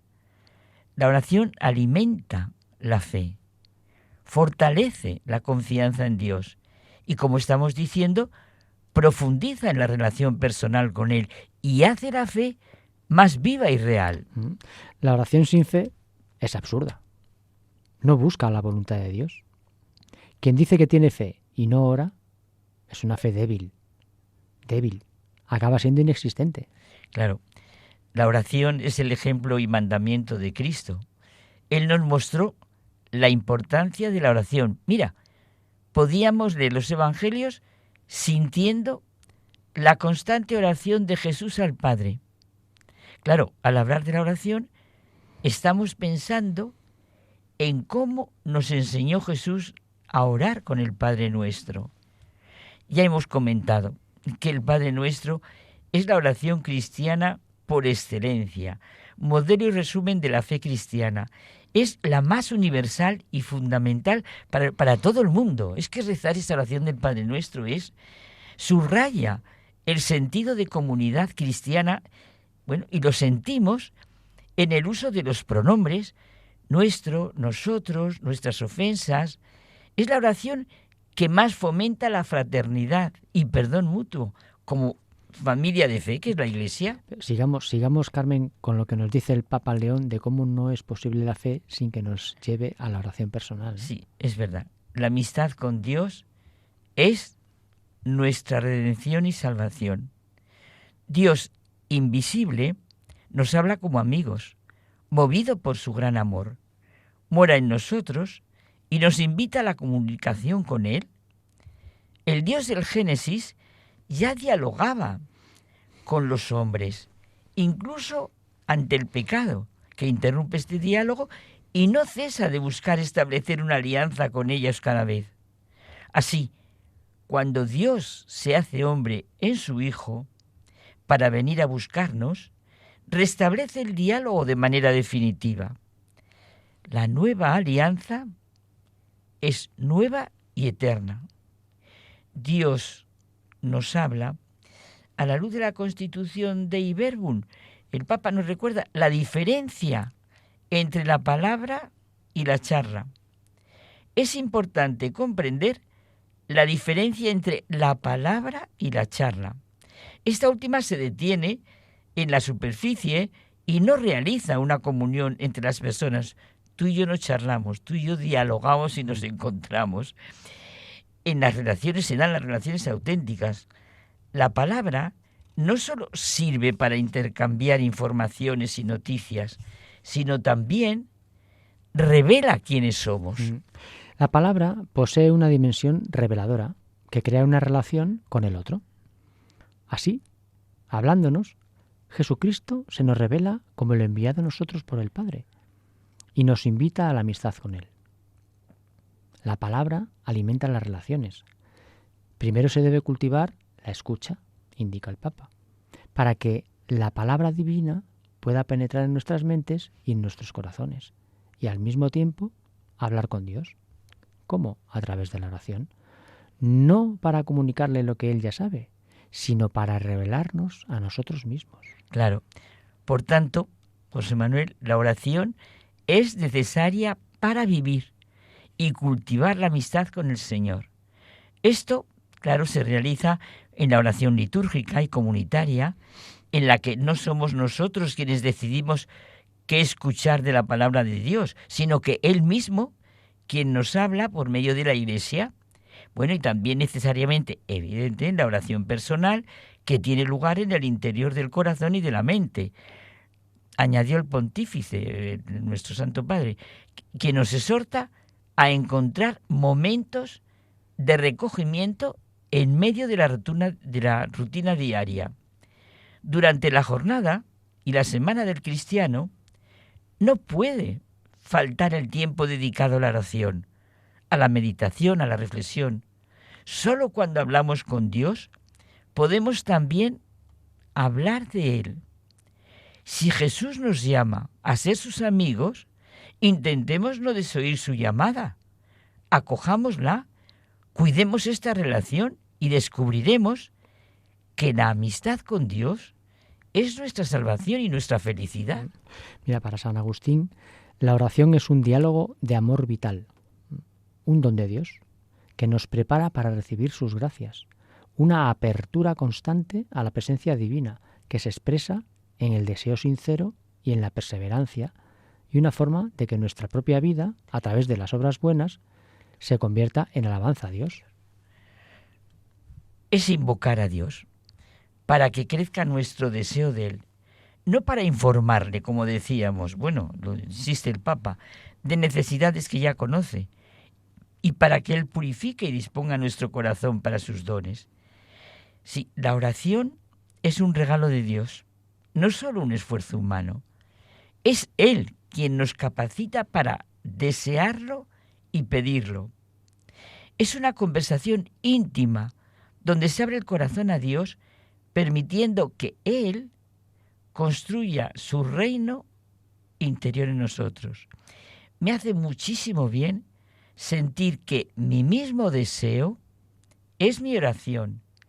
El corazón que anhela a Dios es la oración más profunda. Incluso si no es escuchada inmediatamente. Tenemos que seguir pidiendo, como a la parábola que nos pone Jesucristo de la vida indefensa ante el juez injusto. Todo puede servir para fortalecer nuestra fe y la capacidad de recibir. Oye, con San Agustín sentimos, ¿verdad?, con sus palabras, pide y vuelve a pedir. Dios no pretende que le descubramos nuestros deseos, sino que por la oración se acreciente nuestra capacidad de desear. Mi lengua alaba temporalmente, alabe siempre mi vida. Dios Padre nuestro, que nos exhortas a la oración y concedes lo que se te pide. Rogándote, vivimos mejor y somos mejores, que nuestro amor supere el defecto de la oración. Pasará la súplica, seguirá la alabanza, pasará el llanto, seguirá el gozo. Claro.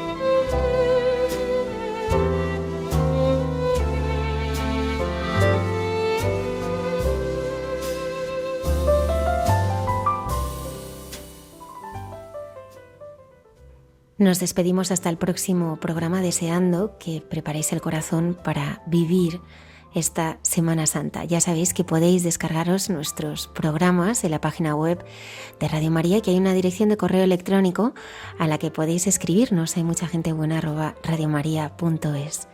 Muchas gracias por estar ahí.